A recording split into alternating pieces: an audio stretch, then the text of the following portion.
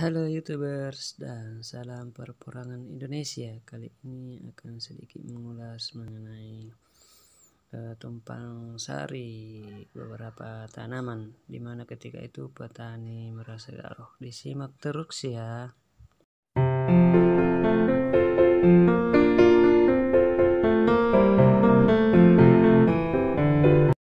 Bismillahirrahmanirrahim. Assalamualaikum warahmatullahi wabarakatuh. Jumpa lagi di channel ini, Tualang Syarif Kate. Kali ini akan berbagi informasi mengenai tumpang sari beberapa tanaman dalam satu lahan. Salam kaya, salam perporangan Indonesia, sukses selalu. Petani harus kaya agar bisa jadi tuan rumah di negeri sendiri. Nah, bisa kita lihat dalam satu kebun ini ada beberapa jenis tanaman, mulai dari coklat, cengkeh, pohon aren.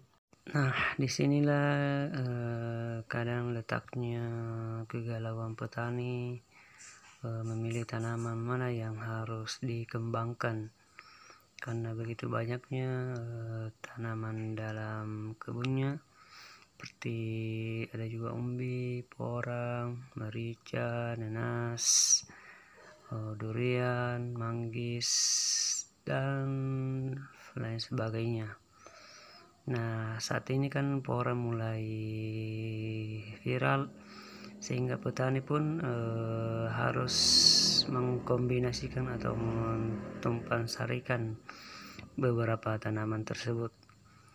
Nah, petani juga galau untuk menebang cengkeh ataupun coklatnya. Namun saat ini ada sebagian yang petani mengambil risiko dengan menebang coklatnya semua, karena mengingat buah coklat sudah tidak terlalu bagus dan menjanjikan, sehingga semuanya ditebang dan hanya cengkehnya saja yang dibiarkan berkembang.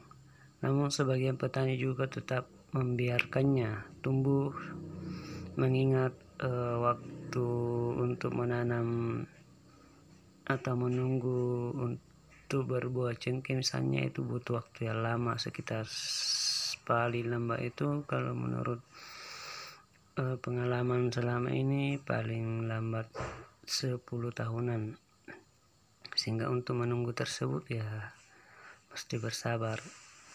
Namun dengan banyaknya tanaman dalam satu kebun ini, hasil yang didapatkan petani pun tidak terlalu memuaskan.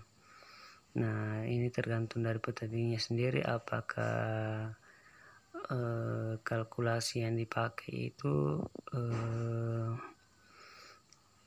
memungkinkan menanam porang saja ataupun tetap sekali lagi membiarkan tanaman mereka ini, tanaman tumpang sari. Nah, porang ini sebenarnya juga tidak terlalu bagus, tidak terlalu umbinya tidak terlalu bagus jika ada akar-akar tanaman, sehingga jika ingin konsen bertani porang ya harus membersihkan dulu ataupun menebang pohon-pohon yang tidak terlalu laku saat ini atau kurang menghasilkan. Nah, ini seperti cengkehnya misalnya kan sudah berbuah 1 kali setahun. Nah, ini juga bisa dikombinasikan di beberapa petani ya, di dekat pohon cengkeh kemudian diselingi dengan tanaman porang. Dalam istilah yang kita kenal bahwa sambil menyelam 2-3 pulau terlampaui.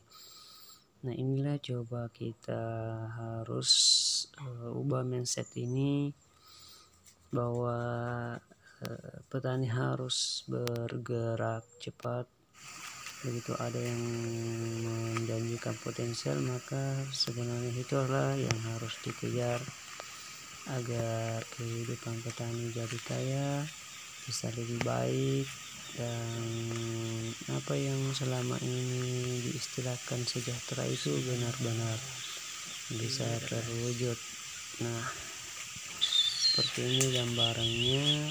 Saat ini kan famili sudah tidak familiar, tetap ada juga yang mengembangkan. Selain itu, sebagian petani juga mengkombinasikan di lahannya itu menanam rumput untuk pakan ternaknya. Nah, ini kebun ini dulunya banyak coklat, kemudian sang petani membabatnya dan menggantinya dengan tanaman cengkeh sekaligus porang. Nah, agar nah ini ada juga pohon coklat sambil pohon pisang. Nah, melihat fenomena saat ini, informasi telah tersebar begitu banyak, namun petani-petani milenium atau petanian dulu tetap harus diberikan informasi, terutama oleh para penyuluh pertanian itu sendiri, turun langsung membimbing para petani agar mindset petani ini bisa berubah. Tetapi yang pastinya petani milenial harus memberikan contoh yang lebih baik agar para petani-petani yang dulu bisa kelak mengikuti jejak ketika kita berhasil. Ini memang agak susah karena petani itu melihat realitas tanpa memperhatikan ataupun membuat inovasi-inovasi. Namun ini tidak bisa disalahkan sebenarnya.